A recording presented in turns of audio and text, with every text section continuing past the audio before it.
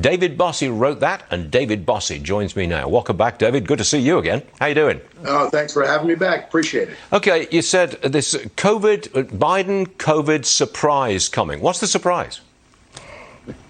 Well, I think what isn't a surprise, Stuart, is his crashing poll numbers. His approval rating is in the tank. It's in the mid-30s, and it continues to that there's no bottom in sight for this administration. They've created crisis after crisis, and I think with this unconstitutional vaccine mandate that they have really created a coalition of the willing. Those airline pilots, the healthcare workers, police officers, firemen, people, this football coach that you mentioned a few minutes ago getting fired. We are seeing this all across the country, including conservatives, Black Lives Matter, coming together as a coalition to be against Joe Biden. And he cannot afford this at this crucial time. And I think one of the things he could simply do is have Saint Fauci, who is the new religion here in America, declare that we've reached herd immunity.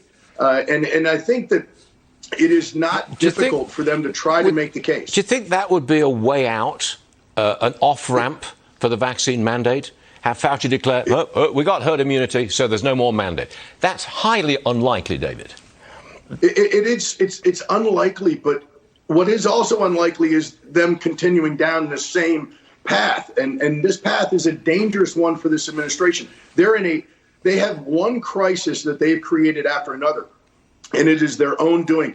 President Trump left them a strong economy, and we have hyperinflation. We have Jimmy Carter level malaise coming. We have a crisis of confidence in our economy that has not been seen in a generation. And I think that they have to get this under control. And they have an Afghanistan problem, a crime problem, a border problem, and a COVID problem. They have one crisis after another that they have created out of whole cloth in the last 9 months. And the American people are tired of it. They're looking at what Donald Trump was able to do, was solving problems every single day. But Joe Biden has created problems for the American people, and that's not what they wanted, that's for sure. Well, they've launched an investigation into the Afghan withdrawal. They're going to have an investigation. And one wonders if anybody's going to be held accountable, which raises another question.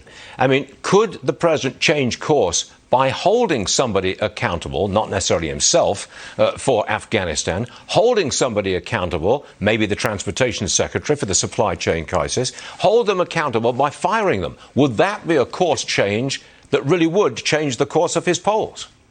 Yeah, it certainly would, Stuart. Unfortunately, we've not seen that in any of the crises that I've just mentioned. No one has been held accountable. And the Secretary of Transportation's MIA while we have Americans suffering every single day. So I don't hold out hope that he's going to do that, but pressure brings about change. And I think that this investigation into Afghanistan by the Inspector General at the State Department, these things take years, Stuart.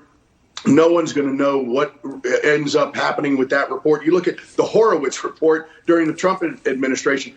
The Congress needs to hold the Biden administration accountable. And I'm hoping when Republicans win back the House, there'll be impeachment hearings on the Afghanistan debacle, the dereliction of duty, the phone call that was made by President Trump to the former president of Afghanistan.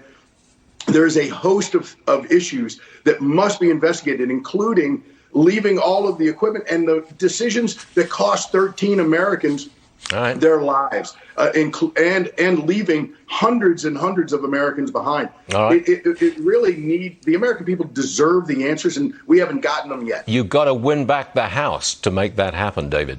Nice to see you again, and we will see you again soon. Thanks. David Bossie. All right.